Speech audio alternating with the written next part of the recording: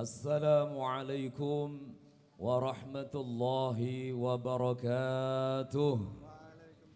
Amin. Marilah terlebih dahulu kita haturkan puji syukur kita kehadirat Allah Subhanahu wa taala. Kita zahirkan, kita ikrarkan dengan melafadzkan hamdalah bersama-sama. Alhamdulillahi rabbil alamin.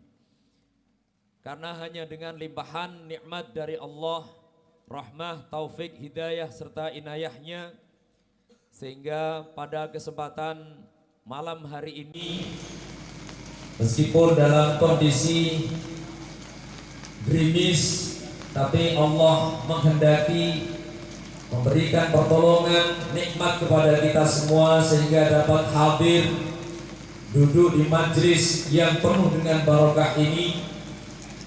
Semoga berangkat kita dari rumah masing-masing, duduk kita di sini sampai nanti pulang, senantiasa mendapatkan ridho rahmah dari Allah Subhanahu wa taala. Amin. Allahumma amin.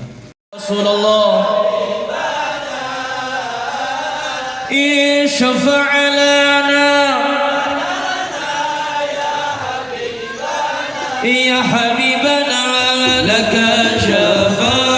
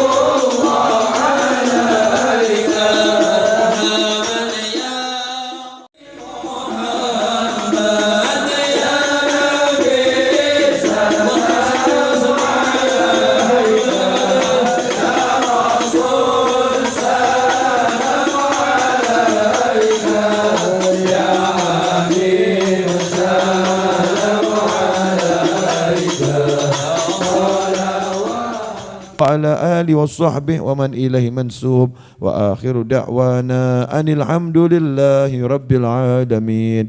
Subhana rabbika rabbil izzati amma yasifun. Wa salamun alal mursalin walhamdulillahi rabbil alamin. Al-Fatihah. A'udzu billahi minasyaitonir rajim. Bismillahirrahmanirrahim. Alhamdulillahi rabbil alamin. Maliki yaumiddin. Iyyaka na'budu wa iyyaka nasta'in. Ihdinas siratal mustaqim. Shiratal ladzina an'amta 'alaihim ghairil maghdubi 'alaihim waladdallin. Amin. Allahumma shalli wa sallim ala sayyidina Muhammadin wa ala ali sayyidina Muhammad. Rabbana taqabbal minna innaka antas samiul alim wa tub 'alaina innaka antat tawwabur rahim. Bi rahmatika ya arhamar rahimin. Amin. Bismillahirrahmanirrahim. Alhamdulillahi rabbil alamin. Allahumma salli wa sallim ala sayyidina Muhammadin miftahi babi rahmatillah adada ma fi ilmillah salatan wa salaman daimain bidawami mulkillah wa ala alihi wa sahbihi. Allahumma salli ala sayyidina Muhammadin salatan taftahu biha lana futuhal arifin wa tufaqihuna biha fid din wa ala alihi wa sahbihi. Assalamu alaikum warahmatullahi wabarakatuh.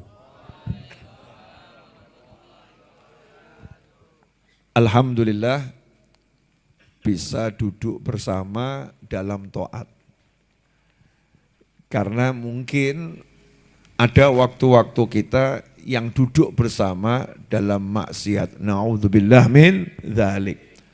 Duduk bersama dalam taat semacam ini dikatakan oleh para ulama berdasarkan beberapa riwayat dari sabda Nabi Muhammad SAW mampu menghapuskan duduk-duduk maksiat 70 tempat yang lain.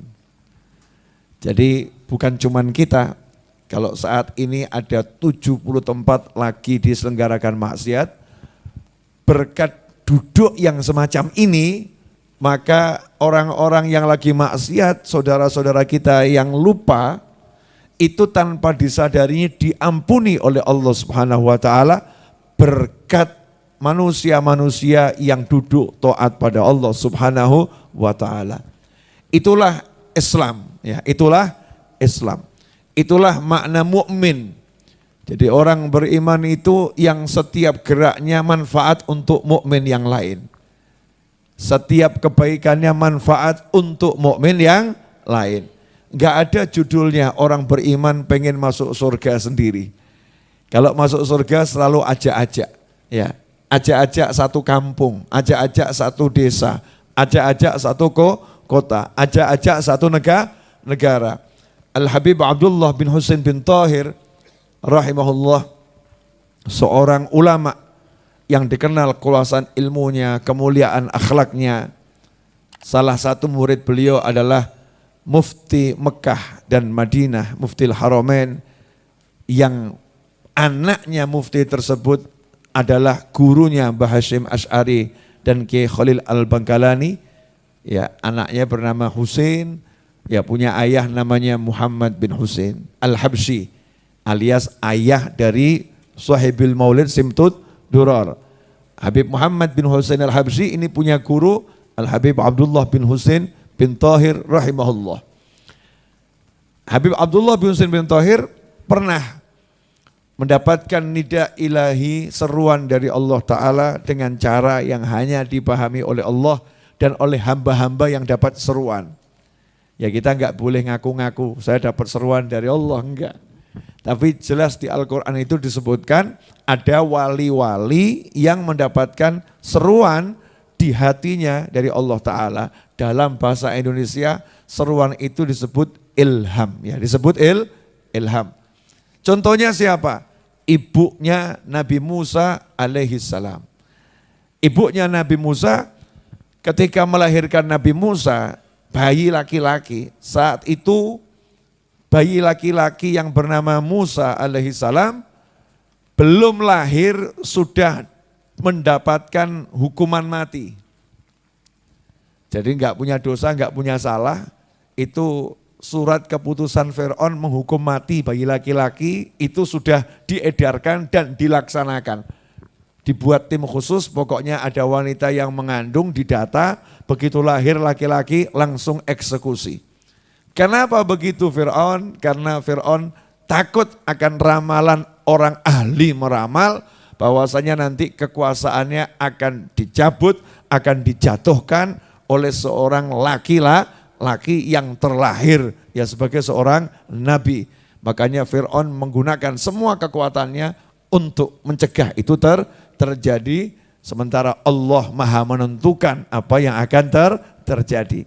Maka Allah Subhanahu wa taala menyelamatkan Nabi Musa. Jadi yang nyelamatin siapa? Allah. Dengan caranya siapa? Bayi dan wanita melawan Firaun dan kerajaannya yang luar biasa. Tentu dua kekuatan yang tak berimbang. Yang mana Firaun punya tim khusus, ibunya Nabi Musa enggak punya tim. Yang enggak punya tim, tapi punya Allah Subhanahu wa taala. Ibunya Nabi Musa seorang hamba Allah, keturunan Nabi, beliau adalah wali wanita di zaman itu. Di hatinya diberi oleh Allah Ta'ala perintah, hanyutkan bayimu ke laut, ya Sungai Nil, hanyutkan ke Sungai Nil. Kemudian nanti ya kami akan menggembalikannya kepadamu, ya kamu juga akan menyusuinya. Kalau dipikir nalar, dipikir pakai logika, lah wong judulnya pengen bayinya selamat kok justru dihanyutkan ke sungai. Ini kan bertentangan ya. Kalau pengen selamat ya dibawa pergi naik ke atas gunung, disembunyikan ke gua, meninggalkan kerajaan Mesir. Kan begitu seharusnya perintahnya. Tapi jangan melogikakan perintah Allah. Jangan memakai akal untuk ngukur-ngukur perintah Allah. Karena akal kita terbatas, sementara Allah itu maha segala-galanya. Tidak bisa dibatasi oleh akal, tidak bisa dibatasi oleh makhluk. Karena Allah maha tak terbatas. Dan rencana Allah di luar nalar manusia. Maka sang ibu nurut saja sama perintah Allah Ta'ala, bayinya dihanyutkan. Dan ternyata Allah Ta'ala rencanakan agar bayi itu sampai pada kerajaannya Nabi Musa kerajaannya Fir'aun, diambil oleh istrinya Fir'aun. Kemudian dibesarkan oleh Fir'aun, tinggal di istana. Di istana bukan sembarang ruangan, tinggalnya di kamar Fir'aun, mainnya loncat-loncat di kasur Fir'aun, bahkan hobinya narik jenggot Fir'aun. Itu Nabi Musa alaihissalam. Singkat cerita Nabi Musa selamat, kita nggak akan bahas itu ya. Singkat cerita Nabi Musa selamat. Nah ikhwani rahimakumullah, Al-Habib Abdullah bin Husain bin Thohir itu dapat ilham seperti ibunya Nabi Musa juga dapat ilham. Banyak wali-wali Allah yang di hatinya dapat juga ilham. Nah, ilhamnya apa? Mintalah satu permintaan apapun, maka sama Allah dikasih. Minta apapun sama Allah dikasih, diiyakan. Karena hamba Allah yang satu ini soleh, ya ibadahnya luar biasa. Salah satu wiridnya, mudah-mudahan jenengan bisa niru. Ya saya pengen niru tapi saya sadar diri. Ya sadar diri, ya doa mudah-mudahan bisa. Tapi keterbatasan saya akui. Ya beliau itu salah satu wiridnya tiap hari mengucapkan La ilaha illallah Muhammadur Rasulullah sallallahu alaihi wa alihi wasallam sebanyak 120.000 kali. Monggo ditiru. Ya. Ya jadi ya layak kalau kemudian dapat seperti itu ya. Lawang wiridnya semacam itu. Maka apa yang beliau minta? Ini loh mukmin. Mukmin tuh enggak mikirkan dirinya. Coba kalau kita minta satu yang luar biasa. Ternyata Al-Habib Abdullah bin Husain bin Thohir minta sama Allah, ya Allah, siapapun muslim yang hidup sezaman denganku, ampuni semua dosanya dan masukkan ke dalam surga.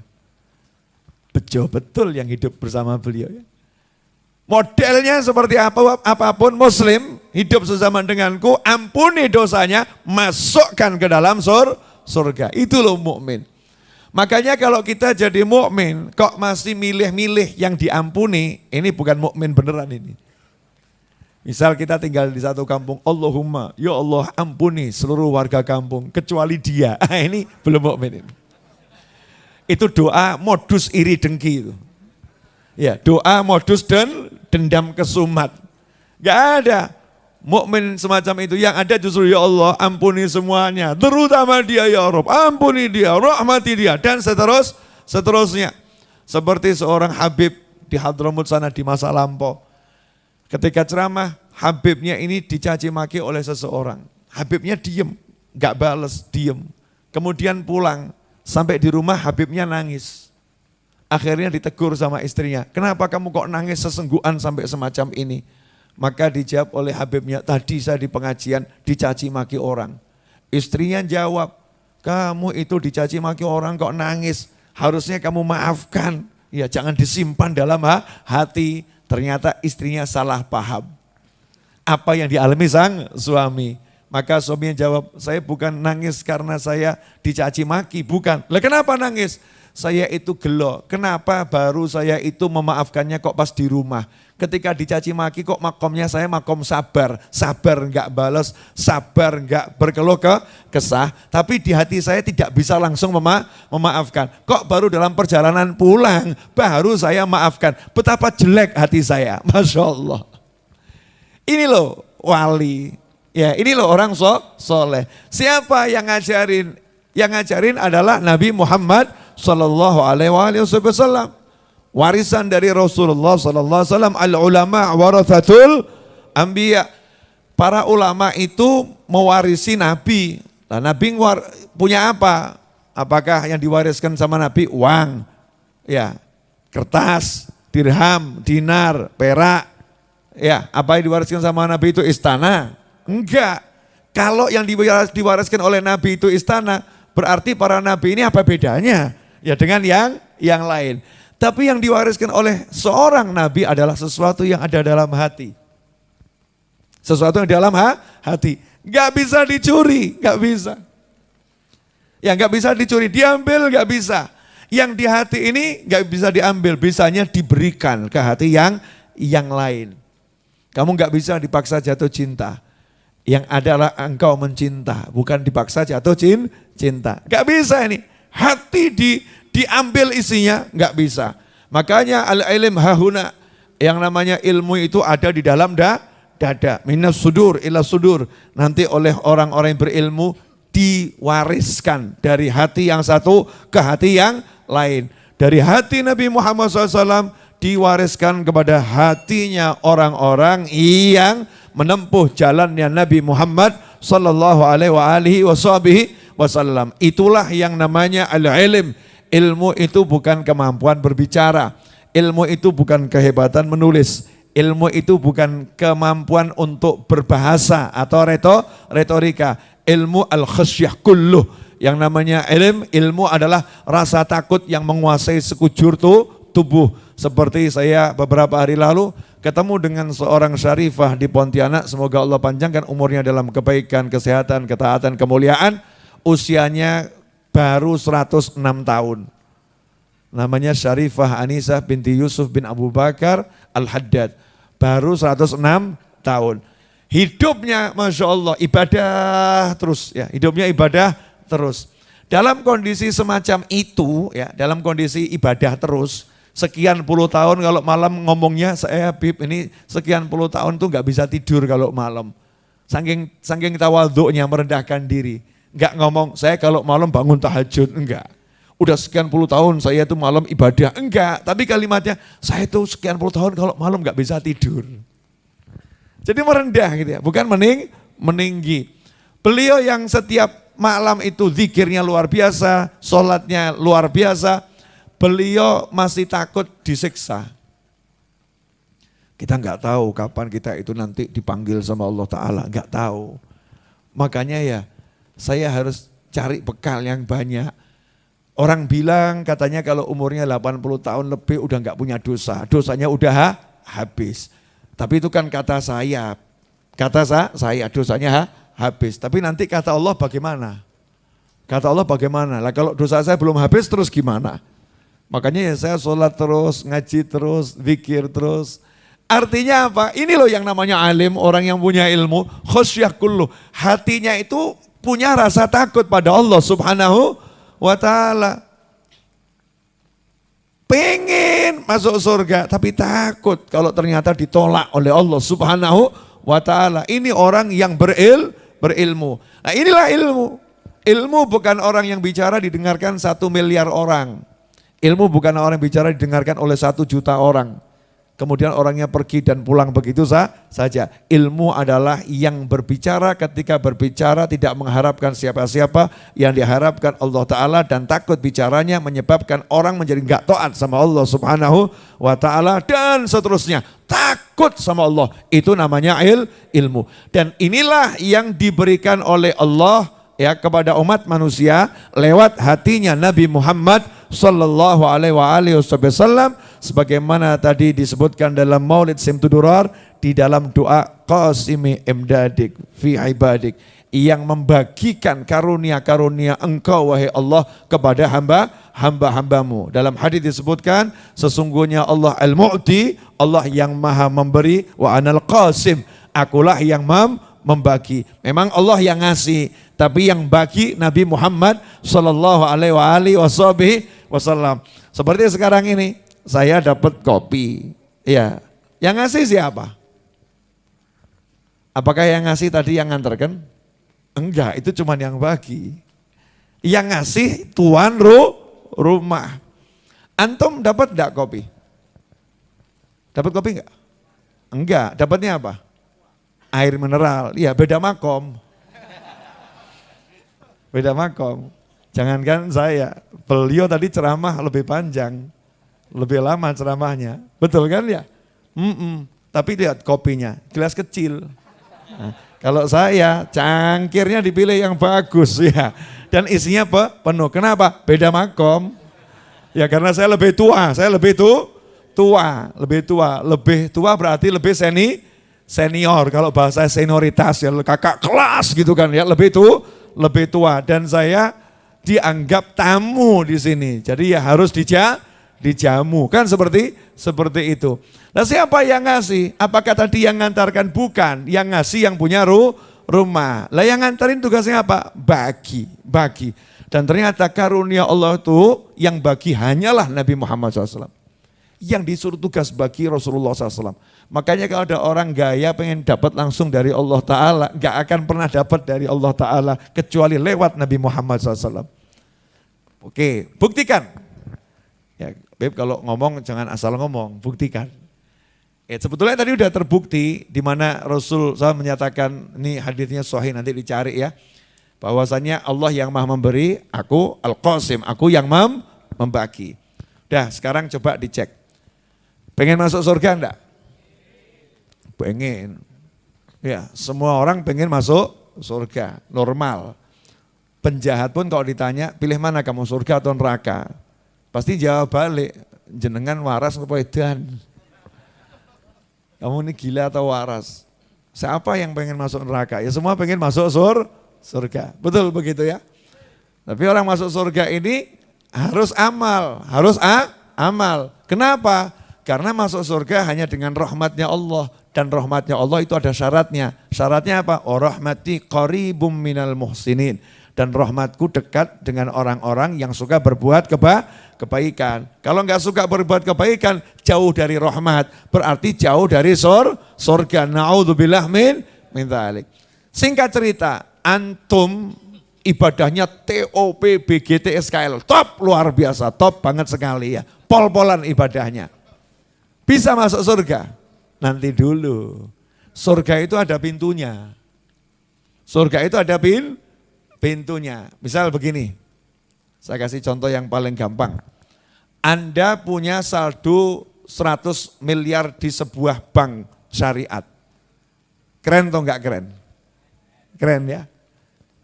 pengen ambil uang tunai 5 miliar di bank tersebut. Jam 7 pagi datang ke bank. Pertanyaan saya, dibukain enggak?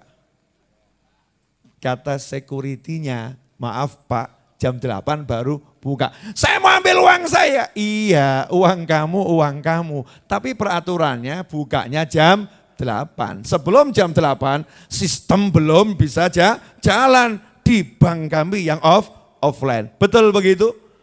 Baru pintunya bank mau ngambil duitmu sendiri, itu ada jamnya dan ada aturannya. Meskipun kamu jelas memiliki saldo di sana. Lah di jannah apa ada saldo kita? Jangan-jangan yang kita kirim ini enggak nyampe-nyampe ya. Kirim amal soleh, tapi baru mau terbang ke atas jatuh lagi amal solehnya. Kenapa? Ria. Orangnya suka pamer. Minta dipuji-puji. Kalau enggak dipuji marah. Gimana sih ini panitianya?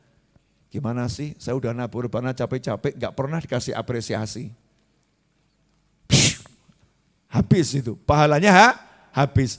Gembos, ya gembos. Ada lagi yang ngelayani kiai, ngelayani Habib. Masya Allah ngebatin, Habibnya sama kiainya enggak punya perasaan. Sekian tahun aku ngelayani, tapi enggak pernah dipuja dan dipuji. Enggak pernah aku ini dianggap. Artinya dia pengen dapat pujian, ketika enggak dipuji dia marah. Beda kalau orang pengen dapat pujian, karena apa? Bukan karena marah, tapi biar aku semakin semangat kok dipuji itu. Ya, itu namanya mukmin. Karena mukmin itu kalau dipuji imannya semakin kuat. Beda ya, ada beda. Ada lagi yang amalnya Masya Allah, tapi sombong. Ya, kelihatannya ya ngimami masjid. Bahkan kalau ngimami itu suaranya merdunya luar biasa. Sholatnya tampak khusyuknya luar biasa. Tapi di hatinya muncul kalimat begini, di kampung ini enggak ada yang lebih hebat dari aku. Apalagi yang di pojok sana. Itu calon-calon neraka semua itu. Hanya aku calon surga. Ini kalau di hati ada bisikan begitu, dia iya kan. Namanya sombong dengan amal soleh. Dan ini adalah kesombongan yang luar biasa. Ngeri atau enggak ngeri? Ngeri. Kalau toh lolos, punya saldo di surga. Mau ambil, meskipun itu Nabi Adam alaihissalam, meskipun itu Nabi Musa alaihissalam, meskipun itu Nabi Ibrahim alaihissalam, kakeknya Nabi Muhammad sallallahu alaihi wasallam, meskipun itu Nabi Ismail alaihissalam, di depan pintu surga mengatakan, saya mau masuk, saya mau menikmati saldo surga yang saya miliki, maka pintu surga akan mengatakan, mohon maaf, belum waktunya dibuka. Loh kenapa? Cucumu belum masuk ke dalam surga, yaitu Nabi Muhammad SAW. Kalau Rasulullah SAW belum buka kami tidak boleh buka untuk siapapun. Artinya apa? Semua kenikmatan surga itu yang membagi adalah Nabi Muhammad SAW. Kalau nggak dibuka, pembagian tidak dimulai. Berarti pemegang kekuasaan siapa? Nabi Muhammad SAW atas izin Allah dan perintah Allah Subhanahu wa ta'ala. Nah kalau udah begitu sebetulnya enak ini. Kita udah tahu kok kuncinya. Juru kuncinya udah tahu. Enak atau enggak enak? Miftahul jannah la ilaha illallah. Miftahul jannah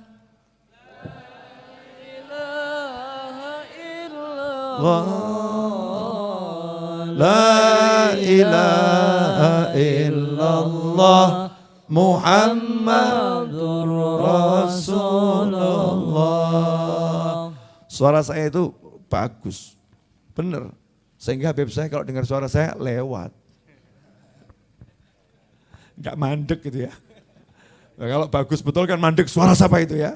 Saking weleknya suara saya lewat saja. Suara saya itu merdu. Ya, kalau saya dengar sendiri, didengarkan orang lain, kalau saya diam lebih merdu. Tapi ini buat contoh, Miftahul Jannah. La ilaha illallah Muhammadun Rasulullah. Memang kamu punya kuncinya. Kalau punya dua kalimat tersebut. Tapi kunci ini ya yang membukakan harus juru kuncinya. Kalau bukan juru kunci yang bukakan, kamu nggak bisa masuk ke dalam surga. Semua harus lewat Nabi Muhammad sallallahu alaihi wasallam. Oke, sepakat ya? Betul ya? Sepakat? Jadi sehebat apapun kamu nggak akan dapat bagian kalau nggak mulai dibagi oleh Nabi Muhammad sallallahu alaihi wasallam. Berarti intinya inti. Core of the core, ya. Intinya inti. Yang menjadi pusat segala sesuatu, noktah, titik inti dari jagat raya. Pusat perhatian Allah Tuhan alam semesta adalah Nabi Muhammad sallallahu alaihi wasallam. Laulaka ya Muhammad sallallahu alaihi wasallam, sallu ala nabi. Allahumma salli alaihi. Kalau bukan karena engkau hai Nabi Muhammad SAW, aku enggak akan ciptakan surga. Jadi surga itu diciptakan karena Allah cinta pada Nabi Muhammad SAW. Karena Allah sayang pada Nabi Muhammad sallallahu alaihi wasallam. Kita mau bahas itu ya enggak nyampe. Mau rasa kita enggak, feel-nya enggak dapat. Makomnya masih belum jelas. Ya, itu makom mahabbah. Hanya para kekasih yang paham bahasa cinta. Lawang kita nih kaum apa belum jelas kok. Mau bilang kekasih ya modelnya kok seperti ini. Dibilang pecinta kok ya seperti ini. Ya minimal fans lah. Kelasnya baru fans. Ya, belum sampai belum. Tapi udah bagus. Ya udah bagus. Karena enggak semua orang bisa ngefans, kan begitu ya? Nah, oke. Jadi intinya siapa? Nabi Muhammad sallallahu alaihi wasallam. Makanya orang-orang yang cerdas, karena tahu intinya adalah Nabi Muhammad SAW, untuk mendapatkan Allah, artinya untuk mendapatkan cinta Allah, untuk mendapatkan sayangnya Allah, untuk mendapatkan rahmatnya Allah, untuk mendapatkan ridhonya Allah, maka orang-orang yang cerdas yang dituju adalah kekasih Allah, yaitu Nabi Muhammad SAW. Begini misalnya, jenengan yang sudah punya anak, kebetulan Anda punya perusahaan tersebar luas di seluruh dunia, dan kekayaan Anda itu unlimited, karena tiap hari nambah terus dengan pesat. Saya pengen ketemu Anda selaku direktur utama, kira-kira mudah atau susah? Saya loh, Habib Novel loh, dengan subscriber lebih dari 850.000 loh. Ya kan, saya ini dengan apa namanya wajah yang terpampang di banyak medsos, betul kan ya? Mau ketemu direktur itu susah, apalagi kamu yang nggak jelas. Bukan saya mau merendahkan siapapun, ini biar masuk kepala ya, biar masuk ke kepala. Yang jelas aja susah, apalagi yang nggak jelas. Saya dikenal banyak orang, susah mau ketemu. Lah Anda yang nggak dikenal, kecuali oleh mungkin tetangga, teman sekolah, dekat saja yang tahu, lebih susah. Nah gimana caranya Anda atau saya mudah ketemu dengan direktur ini? Gampang. Kenal aja sama anaknya, selesai. Betul? Begitu kenal sama anaknya, mainnya kemana? Ke rumahnya. Betul kan? Karena kita kenal sama anaknya, maka kita akan main ke rumahnya. Ternyata anaknya hobinya main futsal. Dan main futsalnya di gedung sebelah sono.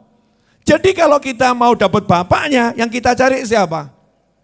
Anaknya. Cari anaknya di mana? Gedung futsal. Terus gimana caranya kita kenal anaknya? Ya udah, mau nggak mau kita belajar main futsal, masuk ke gedung sana, kemudian kumpul bareng sama anaknya, dekatin anaknya, akhirnya sama anaknya diajak main ke rumah, akhirnya jadi sahabat anaknya, akhirnya dekat dengan bapaknya, akhirnya ya udah paham sendiri, nggak usah dijelaskan.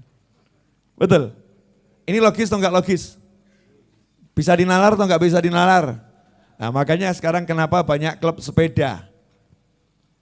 Klub sepeda ini ya kalau orang itu pengen menambah relasi bisnis, modal sepeda, ya model sepeda yang agak bagus ya. Untung saya enggak. Model sepeda agak bagus, masuk komunitas pesepeda yang memang itu isinya orang-orang yang punya posisi. Modalnya itu naik sepeda, akhirnya kenalannya adalah orang-orang yang punya perusahaan, orang-orang yang punya kampus, ya orang-orang yang punya sekolah. Sehingga dia menjadi dekat dengan melewati banyak jenjang hanya karena satu bidang main sepeda. Sampai di sini paham?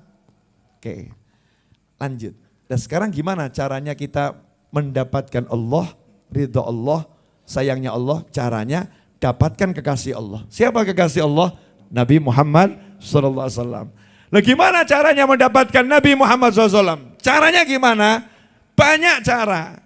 Banyak cara. Salah satu untuk Indonesia mudah. Jepang agak susah. Hong Kong lebih susah lagi. Korea yang mungkin sebagian oknum ibu-ibu suka dramanya. Mungkin ya. Sebagian oknum ibu-ibu suka drama Korea. Mungkin gitu ya. Itu susah di Korea kalau mau menggunakan cara yang satu ini. Kenapa? Karena cari Habib turunan Nabi di Korea, di Jepang, di Hong Kong itu susahnya luar biasa. Kecuali kalau Habib Novel lagi main ke sana. Karena saya belum ketemu sama Kiai sama Habib yang hijrah ke Hong Kong, Kiai Habib hijrah ke Jepang, Kiai Habib hijrah ke Korea, belum ya. Nah, Indonesia bingung kita. Sampai Jogja belusuk, masuk ke Sewon ya, ketemu Habib. Ya, masuk ke kampung ketemu kiai, pecintanya Nabi Muhammad sallallahu alaihi wasallam. Betul. Nyebrang pulau. Gak masuk di nalar saya, nyebrang pulau. Naik speedboat berjam-jam. Sampai di sana, desa terpencil tak terjamah. Ketemu Habib lagi, cucu Nabi Muhammad SAW. Ketemu kiai lagi. Sehingga di Indonesia ini overload kiai dan Habib, saudara-saudara. Terlampau banyak, ya terlampau banyak. Oke, ini pemirsa dimanapun Anda berada ya, renungkan kalimat saya ini. Kalau saya punya cucu 100. Punya cucu 100. Insya Allah terwujud, amin. Boh cara nipi, wallahu alam. Kan kalau cucu yang 100 enak ya, banyak itu. Banyak anak, banyak rezeki, banyak cucu, banyak rezeki. Ya kalau cucunya 100 kan pensiun, nanti cucu ngasih hadiah ke kakek kan selesai ya. Itu maknanya banyak anak, banyak rezeki. Cucu saya 100 ini tinggalnya di Jogja. Sementara saya tinggalnya di Solo. Pertanyaannya, apakah saya malas ke Jogja? Malas nggak saya ke Jogja? Nggak mungkin. Di Indonesia ini kota yang paling saya cintai adalah Jogja. Alasannya apa? Cucu saya di sana semua. Betul kan ya? Mungkin saya nggak begitu kenal sama Bandung, nggak begitu kenal sama Jakarta, nggak begitu kenal sama Surabaya. Yang selalu saya sebut Jogja. Kenapa? Cucu saya 100 ada di Jogja. Masuk akal enggak? Masuk akal enggak? Kalau kemudian saya jarang berkunjung ke Jogja, masuk akal enggak? Enggak masuk akal. Yang masuk akal, saya akan sering ngajak orang, yuk main ke rumah cucu saya di Jogja. Betul? Lah cucu Nabi Muhammad SAW di Indonesia overload. Kira-kira Kanjeng Nabi Muhammad SAW sering enggak main ke Indonesia? Sering ya, nyambangi Putu, gitu kan ya. Plus di Indonesia pecintanya Rasulullah SAW itu juga overload, unlimited. Tiap detik di Indonesia itu selalu ada majelis sholawat. Tiap detik. Jam segini di sini, jangan kamu kira di sono nggak ada. Ini selesai di sono ada. Ini di sana ada muternya bumi di Indonesia ini. Ya Nabi salam alaika. Itu muternya detik di Indonesia. Pecinta Nabi Muhammad SAW. Lah kira-kira Kanjeng Nabi SAW sering enggak main ke Indonesia? Ya insya Allah saya yakin sering. Ini berdasarkan logika berpikir manusia normal. Sampai di sini deal? Oke. Ingat kisah Nabi Musa alaihissalam dan Nabi Khidir alaihissalam. Nabi Musa dan Nabi Khidir alaihissalam jalan-jalan melakukan perjalanan. Kalau Nabi Musa dalam rangka berguru, Nabi Khidir dalam rangka melaksanakan tugas. Diperintah Allah jalan. Masuk satu desa, qadarullah bukan desa agnia yang lomo, yang dermawan, tapi desanya bukhala. Desa perumahan orang pelit dikumpulkan jadi satu. Ini kalau ada perkumpulan orang pelit buat perumahan kira-kira ajib atau mengerikan tuh? Ajib atau mengerikan? Orang pelit kok. Buat perumahan, semua orang pelit kumpul jadi satu di situ. Mengerikan atau ajib itu? Ajib mengerikan. Nabi dan Rasul. Ya, Nabi Khidir dan Rasul Musa alaihi wassalam. Ketok pintu, wajahnya menyenangkan. Kelaparan kalau enggak makan mati. Minta sesuatu dimakan. Ada sesuatu untuk kami, untuk makan. Oh enggak ada. Diusir. Ketok yang lain. Ini pelajaran buat kita. Nabi diusir aja enggak marah kok. Lanjutkan untuk mengetuk yang lain. Kamu baru melamar anaknya orang sekali ditolak, itu marahnya luar biasa. Terus gak mau ngelamar yang lain, kan ya BODO. Mestinya kan lagunya maju tak gentar mencari mertua, kan gitu ya. Di hatinya. Semangat gitu. Gak putus asa. Ketok lagi, tolak lagi, ketok lagi, tolak lagi. Nabi Musa ya capek, wong lapar kok gak makan mati kok. Alaihissalam. Nah, kok tiba-tiba Nabi Khidir membuat keputusan aneh. Ada satu rumah mau roboh. Lapar, nih yang lain diketuk gak ngasih makan. Ini mau roboh, Nabi Khidir justru ngajak Nabi Musa, yuk rumah ini kita bangun yuk. Ya Nabi Musa ya protes toh ya. Sak kampung pedot kabeh, bakhil pelit.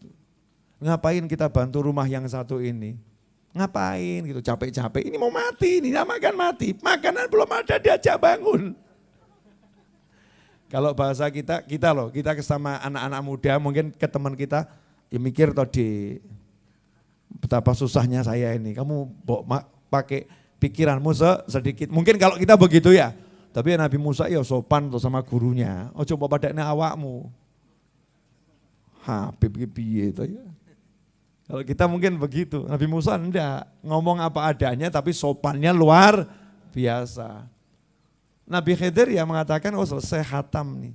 Janjinya kan enggak boleh nanya, ini kamu nanya lagi kenapa? Jadi murid itu nurut aja, enggak usah kakek nakok af'alul guru ya.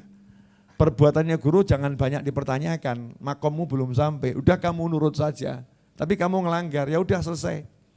Akhirnya diceritakan, rumah ini milik 2 anak yatim, betul? Pertanyaan saya, apakah selesai di situ? Enggak. Kalau selesai di situ, berarti perbuatan ini dilakukan karena memuliakan anak yatim. Tapi bukan karena ini memuliakan anak yatim. Ada komanya, kana abuhuma sholiha. 2 anak yatim ini bukan sembarang anak yatim. Kana abuhuma sholiha. Anak yatim ini kedua-duanya memiliki orang tua yang mana? Yang dulu. Kan orang tuanya yang dulu. Nah orang tua yang dulu itu berarti bukan ayahnya, bukan kakeknya, bukan mbah buyutnya. Siapa orang tua yang dulu? Ijma ahli tafsir, nanti dicek tafsir manapun. Orang tuanya yang dulu yang dimaksud adalah kakeknya urutan yang ke-7 di atas. Fulan bin Fulan bin Fulan bin Fulan bin Fulan bin Fulan yang ke-7. Nah yang ke-7 ini saleh, yang keenam mungkin biasa, yang kelima mungkin biasa, keempat biasa, bapaknya mungkin biasa, tapi simbahnya yang ketujuh soleh. Allah perintahkan 2 nabi yang luar biasa benerin rumahnya. Allah paksa 2 nabi jadi tukang batu. Allah paksa 2 nabi jadi kuli. Allah paksa 2 nabi jadi ahli semen, ahlinya nyemen. Masya Allah, gara-gara apa? Takzim, menghormati cucunya orang soleh. Bukan karena kesolehan cucunya, karena cucunya belum punya kesolehan, tapi karena kesolehan leluhurnya. Karena kesolehan leluhurnya. Jadi yang dihormati leluhurnya, bentuknya dengan menghormati cucunya. Ini tiap Jumat dan malam Jumat diperintahkan kita baca untuk direnungkan. Itu ada dalam surat Al-Kahfi. Betul. Cuman banyak yang baca. Yang baca bener ini loh yang dipertanyakan. Bener enggak bacanya? Lah kalau bacanya betul, alhamdulillah di Indonesia cucu Nabi turah-turah. Sedangkan Nabi Muhammad SAW adalah pimpinannya semua orang yang soleh. Lah siapa orang solehnya, kakeknya anak yatim tadi? Apakah Nabi? Bukan. Apakah sezaman dengan Nabi Musa dan Nabi Khidir? Bukan. Lawang itu yang 7 ke atas kok. Berarti di atasnya Nabi Musa dan Nabi Khidir. Apakah Rasul? Bukan. Lantas siapa? Wali Allah. Gak sampai makom Nabi, gak sampai makom Rasul. Tapi karena punya kesolehan di sisi Allah Ta'ala, Allah ngajarin nabinya agar jadi contoh untuk seluruh umat manusia bagaimana cara memperlakukan orang soleh. Perlakukanlah orang soleh itu bukan hanya pada orang solehnya, tapi sampai anak cucunya yang tidak kamu kenal. Jelas? Ini yang ngajarin siapa? Allah atau manusia? Allah. Dengan bentuk praktek langsung. Oke, kaitannya apa nih dengan tadi saya sebutkan? Lah di Indonesia ini kita semua tahu manusia yang kesolehan paling tinggi Nabi Muhammad SAW. Lah kok kebetulan cucunya di Indonesia banyaknya luar biasa. Berarti kalau kita mau dapat cinta kakeknya mudah atau susah? Mudah. Baik-baikin saja cucu-cucu Nabi Muhammad SAW, selesai. Nah, tapi cucunya seperti Habib Novel kok belum genah. Masih error, cucunya masih error. Gak usah bahas error cucunya, kakeknya itu pimpinannya semua orang soleh, pimpinan Nabi dan pimpinan Rasul. Hormati kakeknya dengan memuliakan cucunya. Bib, kok saya susah nerima ya Bib ya. Kok di sirah saya ini kok abot loh ya. Menerimanya kok susah. Oke, pelan-pelan. Mudah-mudahan setelah yang berikut ini gak berat lagi. Yang paham yang udah punya anak atau cucu, yang belum menikah ya susah paham. Yang belum menikah saya doakan segera menikah, menemukan jodoh yang bisa bahagiakan dunia akhirat. Amin. Terus nanti punya anak cucu unlimited. Ya anak cucu unlimited. Yang udah punya cucu atau punya anak, mohon maaf ya Bu. Ibu punya anak ibu nakal, insya Allah tidak terjadi. Ini contoh saja, nakal di sekolah. Faktanya anak ibu nakal. Lah kok kemudian ada wali murid yang lain, itu di grup WhatsApp bilang anaknya itu nakal. Saya mau nanya, ibu selaku orang tua tersinggung atau enggak tersinggung? Ayo toh Bu, jujur toh Bu. Tersinggung atau enggak tersinggung? Lalu faktanya anaknya nakal kok tersinggung? Jawabannya adalah, ya walaupun faktanya nakal, tapi kan aku ibunya enggak nakal. Mbok jaga perasaanku, betul ya? Jaga perasaanku dong. Jangan karena mentang-mentang anakku nakal terus kamu hancurkan nama baikku. Kamu enggak hargai aku namanya, kamu mau bunuh karakterku melalui anakku. Kamu akan hina aku dengan menghina anakku, tersinggung. Betul? Lah kok ada seorang kepala desa di suatu negeri antah berantah, bukan di Indonesia. Kepala desa di suatu negeri antah berantah. Kebetulan kepala desa ini punya cucunya nakal. Cucunya nakal. Pertanyaan saya, kalau kemudian orang-orang menghina cucunya sejadi-jadinya, kepala desanya senang atau sedih? Senang atau sedih? Sedih. Dia akan mengatakan apa? Ya udah, memang cucuku seperti itu, tapi please jaga mulutnya, hargai aku. Aku kepala desamu. Betul begitu ya? Betul tak betul? Oke, sekarang kalau saya balik. Lah kok Anda punya anak, Anda punya cucu, biasa-biasa saja, baik tidak, nakal tidak. Datang Habib Novel, gak kenal sama Anda. Orang asing gak kenal. Terus saya kasih anakmu atau cucumu uang 1 juta rupiah. Ini ya buat jajan, ya bilang sama ayahnya, dikasih Habib Novel. Buat beli buku gitu. Terus saya pergi. Anda selaku orang tua kira-kira nanya enggak, siapa yang ngasih? Nanya enggak? Nanya. Senang atau enggak senang anaknya dimuliakan seperti itu? Senang. Ternyata besoknya datang paket GoFood, GrabFood, ShopeeFood, pokoknya online food. Sate kelatak masih panas. Masya Allah. Judulnya untuk Ananda Fulan. Anaknya yang dikirimi. Orang tuanya senang atau enggak senang? Senang. Siapa tuh ini? Gak lama datang dealer mobil. Masya Allah. Ngasih mobil terbaru dengan spek tertinggi. Hadiah untuk Ananda Fulan. Saya mau nanya, senang enggak sama yang ngasih? Senang enggak sama yang ngasih? Penasaran atau enggak penasaran? Akhirnya search Google Habib Novel. Muncul YouTube-nya subscriber 850.000 lebih. Dicari biografinya, datanya. Oh, ada alamatnya, ada nomor teleponnya. Kira-kira nyoba kirim pesan enggak? Coba. Betul ini dengan Habib Novel? Tunding, kaget dijawab, iya. Terima kasih atas perhatiannya pada anak saya selama ini. Betul ya? Mohon maaf, anak saya belum bisa membalas kebaikan Habib. Tapi karena saya juga direktur 70 perusahaan, dan saya temukan data nomor rekening Habib itu tersebar luas di medsos. Maka tadi barusan saya masukkan ke rekening Habib itu uang senilai 200 miliar. Wow, subhanallah. Senang enggak saya? Senang. Kenapa? Karena bapaknya ternyata wong sugih, lomonya luar biasa. Betul, betul. Karena orang yang dermawan itu kalau anaknya didermawani, dia akan bangkit sifat dermawannya, akan membalas lebih baik lagi. Betul semacam itu? Enggak usah jauh-jauh, ini kan permisalan rodo lebih ya. Agak lebih, tapi sengaja saya lebihkan. Biar apa? Biar paham.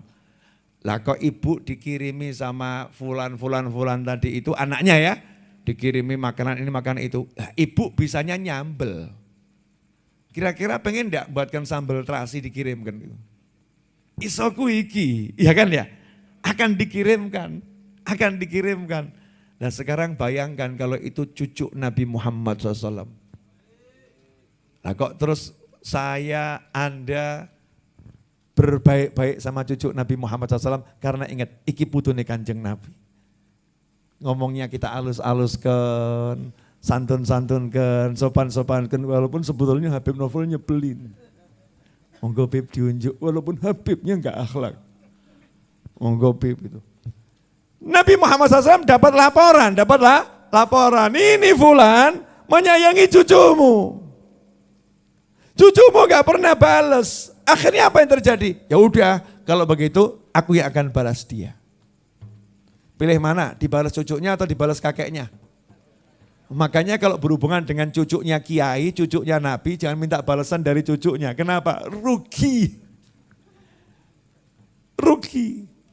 Minta saja langsung sama kakeknya. Saya kalau ketemu turunnya Mbah Wahab Hasbullah, senangnya luar biasa saya. Kenapa? Kakeknya wali. Saya kalau ketemu turunannya Mbah Hasyim Asy'ari, senangnya luar biasa. Saya baik-baikin. Biar apa? Kakeknya turun tangan. Ya, biar kakeknya, Novel ini baik sama cucu saya. Selesai saya.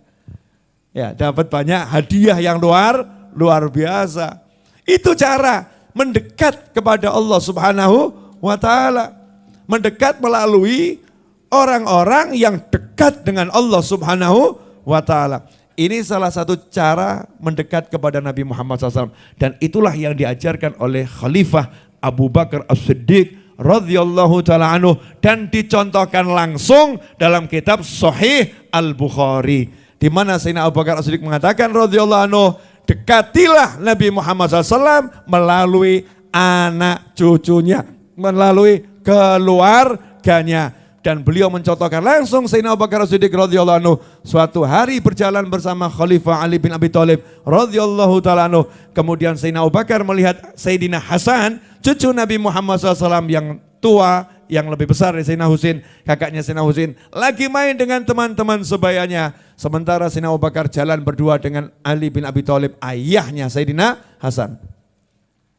Apa yang dilakukan oleh Sayyidina Abu Bakar radhiyallahu anhu? Apa mengatakan, itu anak kecil, anakmu ya, lagi main sama temannya. Apa begitu?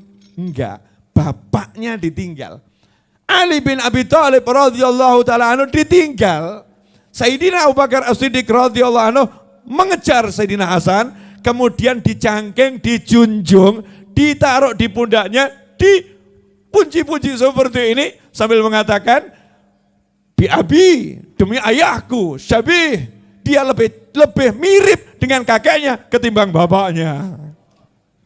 Dia lebih mirip dengan kakeknya ketimbang bapaknya. Sayyidina Ali yang di samping ketawa, betul ketawa. Itu loh caranya ibadah mendekat kepada Allah lewat Nabi Muhammad sallallahu alaihi wasallam. Asik atau enggak asik?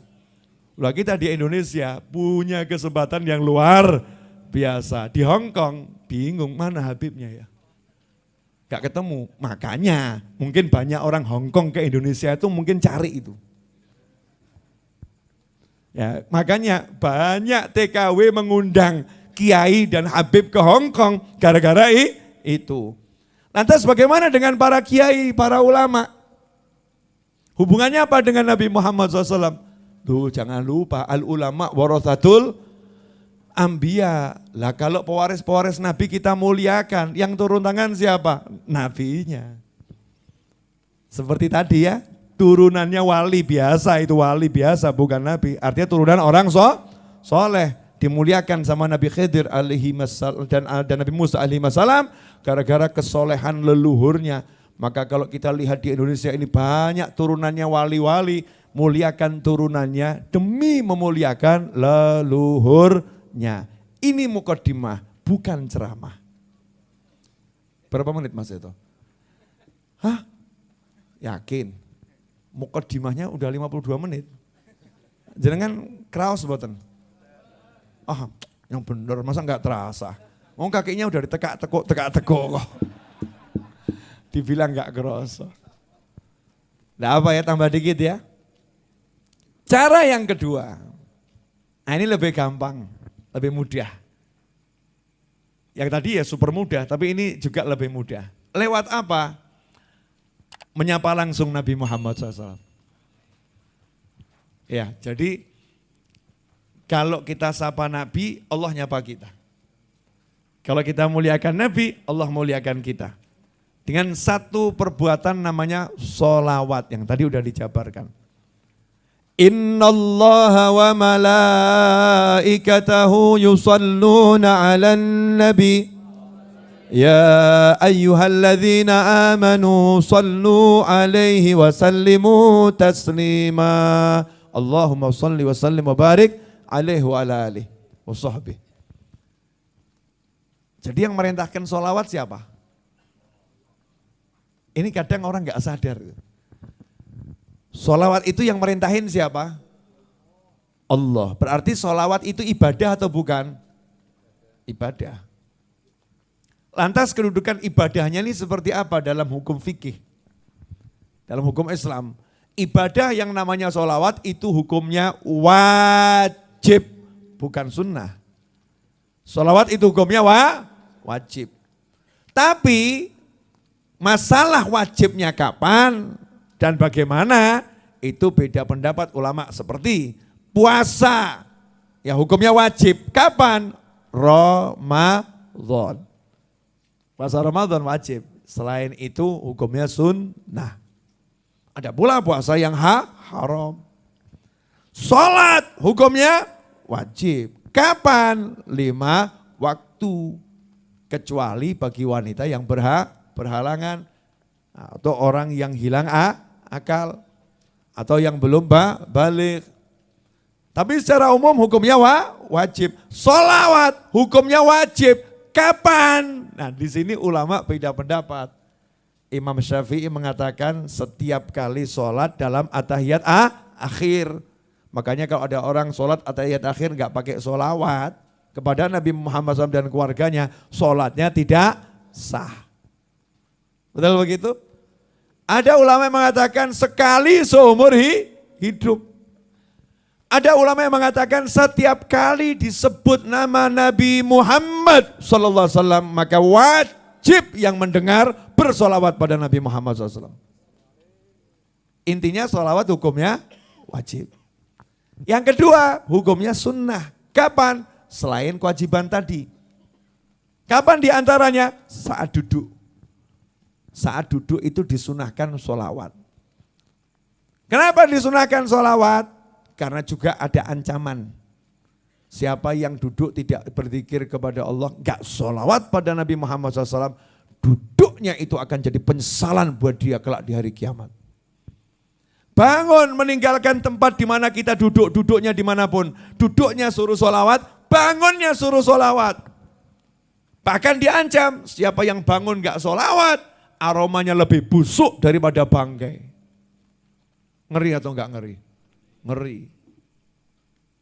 Ada yang wajib, ada yang sunnah. Itu sholawat. Saya enggak akan bahas itu. Itu urusannya ilmu fikih. Saya mau bahas ilmu yang lain. Boleh? Ya, judulnya ilmu senggol menyenggol. Bahasa kekinian, senggol anaknya dapat ibunya. Kalau dibalik, senggol ibunya dapat anaknya. Jadi kalau kamu pengen anaknya, kejar ibunya. Betul ya? Sebaliknya kalau yang dipenginkan bapaknya, senggol anaknya, dapat bapaknya. Nah kita pengen Allahnya, senggol nabinya Muhammad SAW. Sentuh nabinya Muhammad SAW. Maka akan dapat Allahnya. Dan alhamdulillah Allah sendiri yang perintahkan, senggol, sentuh Nabiku Muhammad SAW. Kamu dapat aku. Siapa yang sholawat padamu 1 kali, aku sholawat sama dia 10 kali. Enak ya? Berarti tinggal kita senggol Nabi Muhammad SAW, sholawat sama Nabi, disolawatin Allah.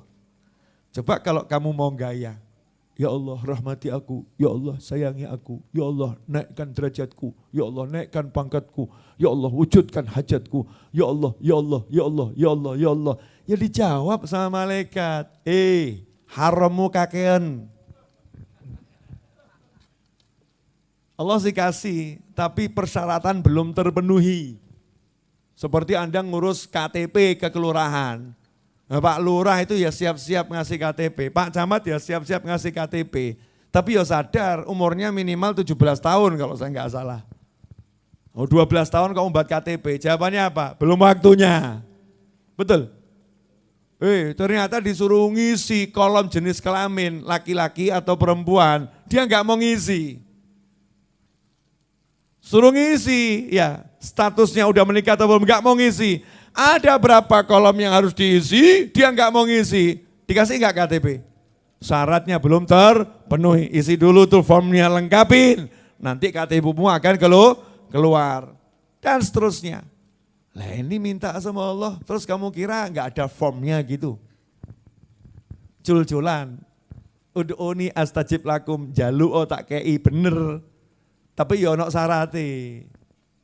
Syarat itu dan ketentuan berlaku, ada apostrof kecil. SK berlaku, syarat dan ketentuan berlaku. Judulnya itu pengajuan proposal kok, doa. Ya doa. Syaratnya apa? Makanannya harus halal. pakaiannya harus halal. Hatinya nggak boleh punya kebencian pada sesama muslim. Nggak boleh mutuskan tali silaturahim. Lah kalau ternyata syarat dan ketentuan nggak berlaku, ya udah ditumpuk di langit. Makanya itu kamin duain, ya berapa banyak doa itu yang yadur, hanya berputar-putar di langit. Gak nyampe nembus langit. Na'udzubillah min dzalik. Nah, gimana caranya kita enggak pakai minta tapi Allahnya ngasih. Tak kasih kamu rahmat, tak kasih kamu ampunan. Tak kasih ya kamu hajatmu apa tak kasih itu. Tak kasih yang kamu pengen saya kasih. Allah yang ngomong tak kei.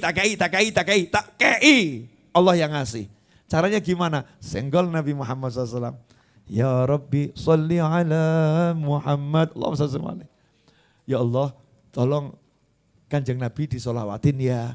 Ya Allah tolong Kanjeng Nabi dikasih rahmat. Oh iya tentu.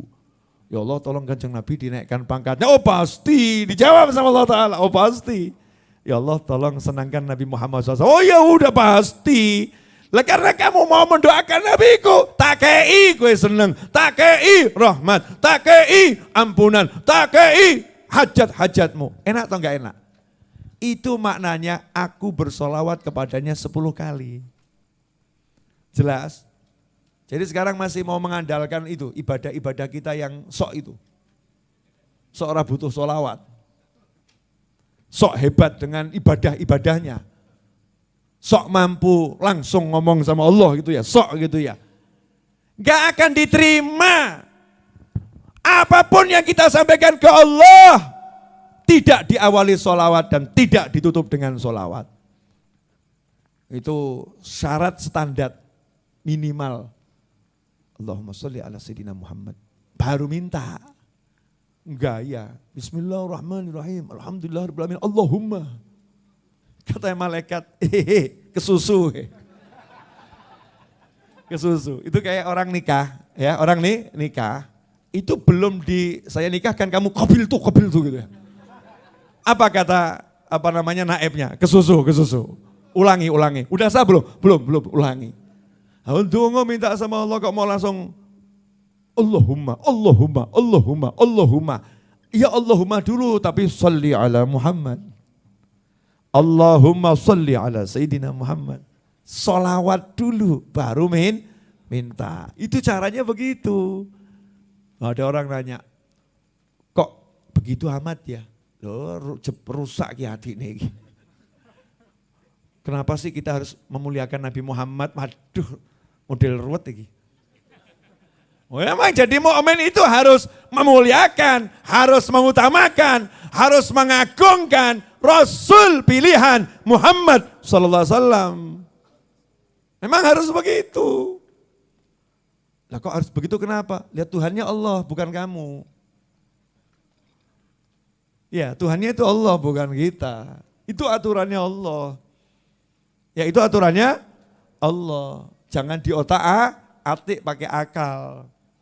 Ya, mau ada lagi. Wah ini kalau diteruskan panjang ini. Udah 1 jam 15 menit kok. Betul Mas Eto? Oh 3 menit, oh iya sudah. Sebetulnya saya pengen ngobrol banyak, pengen. Cuman yang jadi masalah, besok pagi kan hari Kamis. Kamis pagi itu Maulid Simtud-Duror di Masjid Ar-Raudhah rutin tiap Kamis pagi. Terus Kamis siangnya saya ke Jakarta, sorenya insya Allah saya di Kuitang, malamnya saya maulid di daerah Jakarta, Pasar Minggu. Setelah itu saya nyoper ke Solo, Jumat pagi nyampe, kemudian khotib Jumat. Selanjutnya ngurusi Maulid Akbar Masjid Ar-Raudhah, Jumat malam Sabtu 21 Oktober, Jumat malam besok Ba'dal Isya. Kalau kamu gak datang, gak apa-apa. Tapi kalau gak niat datang, tak coret dari daftar temanku. Gak datang gak apa-apa, tapi kalau niat saja gak mau, aduh. Ngaku nih konco kok niat gak gelem. Harus pasang niat. Makanya saya ya gak bisa lama. Sebab kamu pulang rumahmu gak begitu jauh. Saya menurut GPS 2 jam. Betul ya? Sekarang jam berapa ini Mas Seto? 11:30, 11:30, 11:30, jam 2 masuk rumah. Itu saya udah janjian kerja bakti sama santri-santri. Serius ya, janjian kerja bakti. Jadi apakah kamu tega memperlakukan aku seperti ini? Kan udah diterangkan tadi bagaimana cara memperlakukan cucu Nabi, betul kan ya? Maka ya amalkan gitu loh ya, amalkan. Nah terus kadang-kadang ini orang cinta sama kiai, cinta sama Habib, tapi lupa diri. Hei para pecinta, jangan lupa diri. Lihat kiai saking cintanya sama kiai, Yai, I love you. Diperkes, kayak sambekan. Badanmu gede, Habibnya sama kiainya kan jarang makan, kurus. Lah kamu kan hobinya makan, perkes. Sampai di rumah baru sambat sama istrinya. Anu ya kok awakku pegel kabeh ngopo ya. Keseleo dan lain sebagainya. Belum lagi yang salaman, Masya Allah. Bagus yang namanya berjabat tangan, apalagi cium tangan, tanda hormat. Bagus, tapi enggak pakai berakot. Wah ada yang sampai digigit ben metu getihe, Masya Allah. Na'udzubillah min dzalik. Ya. Semua itu bagus, tapi ingat akan lebih bagus kalau kita juga perlakukan orang tua kita seperti itu. Seringkali tangannya Habib dicari, tangannya Kiai dicari, cakep. Tapi tangan orang tuanya enggak pernah dicari. Masya Allah. Habib sama Kiai datang di pengajian dihormati, bagus. Ya, tapi orang tuanya datang enggak pernah diparani. Masya Allah. Pergi ziarah ke sana dan ke sini, iya mengunjungi para ulama, bagus. Tapi orang tuanya enggak pernah dikunjungi, cakep, Masya Allah. Ya, na'udzubillah min dzalik. Surga di depan mata adalah orang tua. Maka muliakan orang tua lebih daripada ulama dan para habaib yang kamu cintai. Junjung tinggi orang tua masing-masing. Hargai, muliakan, hormati, kecup keringnya, ajak bercanda. Ngeri para suami, istrinya tiap hari diajak bercanda, orang tuanya gak pernah diajak bercanda. Ini termasuk suami-suami durhaka sama orang tua. Na'udzubillah min dzalik. Duduk sama istrinya berjam-jam betah, duduk sama orang tuanya. Kok gak minggat-minggat ya? Masya Allah. Kenapa kok ayah saya mampir ke sini ya? Udah diampiri bapaknya masih kenapa mampir ke sini? Paling butuh duit meneh. Masya Allah. Ini anak model begini, malaikat kalau boleh saat itu ngulek langsung diulek itu. Ya langsung diulek. Jangan hormati orang tua, muliakan orang tua pada jajaran dan tataran yang paling tinggi. Maka kita akan selamat dunia, selamat akhirat. Alhamdulillah perjanjian dengan langit sudah terlaksana. Hujan pun mulai datang saat akan saya akhiri. Maka sebelum menjadi semakin jadi, mari kita pulang dan kembali agar tidak kembroh sampai rumah nanti. Terima kasih. Wa sallallahu ala sayyidina Muhammadin asyraqal badru alaina wa ikhtafa badru tamami mithla husni ma ra'aina fil iraqain wa syami rabbi faj'al mujtama'na ghayatu husnul khitami wa'tina ma qad sa'alna min atayakal jisami wa akrimil arwah minna bilika khairil anami wa balighil mukhtara anna min salatin wassalami rabbana atina fid dunya hasanatan wa fil akhirati hasanatan wa qina adzabannar Allahumma ighfir lana wa liwalidina warhamhuma kama rabbayana shighara rabbana hab lana minas salihin rabbana hab lana min azwajina wa dhurriyyatina qurrata a'yunin waj'alna lil muttaqina imama Allahumma urzuqna jami'an arzaqan katsira thayyibah mubarakan fih biduni tab wa syagam wa latuf wal afiyah wa salamah wa taufiq wal hidayah wa ridal inayah Allahumma ruddana ila awtanina salimin ghanimin mujammalin bi khairi dunya din bi rahmatika ya arhamar rahimin Allahumma salli ala sayyidina Muhammadin wa ala ali sayyidina Muhammad salatan tunjina biha min jamil ahwali wal afat wa taqdilana biha jamil hajat wa tutahhiruna biha min jamil sayiat wa tarfa'una biha indaka ala darajat wa tuballighuna bi aqsal ghayat min jamil khairat fil hayati wa ba'dal mamat amin Allahumma amin. Qabul insyaallah.